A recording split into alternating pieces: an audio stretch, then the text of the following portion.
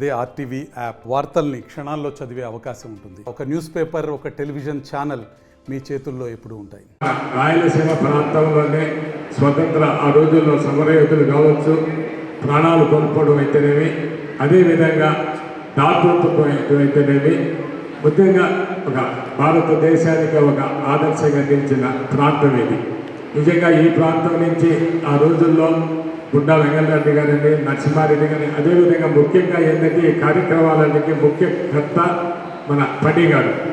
ఎందుకంటే గతంలో ఈ కడప కథలు నేను అప్పుడు జిల్లా పరిషత్ నాకు ఇప్పుడు జ్ఞాపకం వస్తాను, చైర్మన్గా ఉన్నప్పుడు ఈ కడప కథల పుస్తకావిష్కరణ చేసి మనం స్కూల్స్లో ఇస్తే బాగుంటుందంటే నేను ఆ రోజు గట్టిగా జిల్లా పరిషత్లో సిఇఓ గారు గట్టిగా చెప్పి తప్పకుండా ఆ బుక్ ప్రింట్ చేయాలా, అన్ని స్కూల్స్ కూడా పంపాలా అని ఆ రోజుల్లో కూడా ఆ పుస్తక మీకు కార్యక్రమం చేసి అన్ని స్కూల్స్ కూడా పంపడం జరిగింది, కడప చరిత్ర గురించి అనుకుంటా.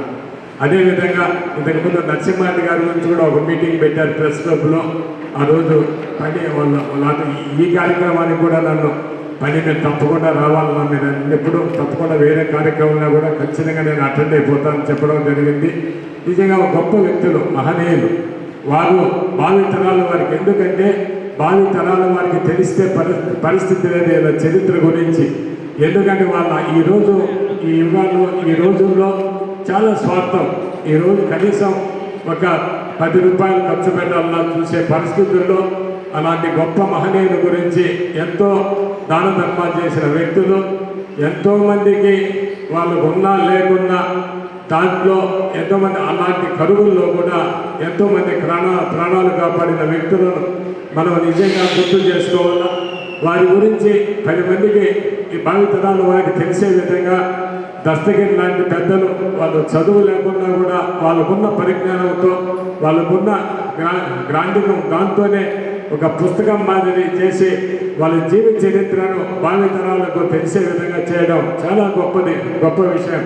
మనసారా వారికి కానీ వారి కుటుంబ సభ్యులకు కానీ మనసారా నేను అభినందిస్తూ, ఈరోజు నిజంగా ఆ రోజుల్లో ఈ బుడ్డ వెంగళరెడ్డి విగ్రహం అంటారు చిన్నపిరెడ్డి, ఎప్పుడు కూడా అప్పుడు నేను గవర్నమెంట్ అప్పుడు నేను ఇక్కడ నాయకులు కోరుకున్నది నాకు తెలియదు.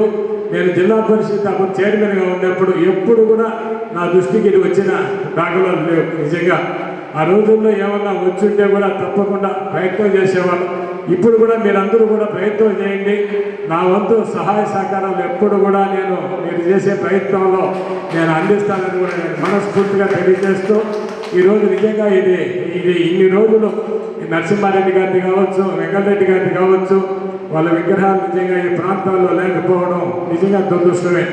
తప్పకుండా, ఎందుకంటే ఈ భావి తరాల వారికి ఇలాంటి మహనీయులు మన గడ్డ మీద జన్మించారు, వారిని కూడా మనం ఆదర్శంగా తీసుకోవాలా, వారి భావాలను ప్రజల్లోకి తీసుకుపోవాలా.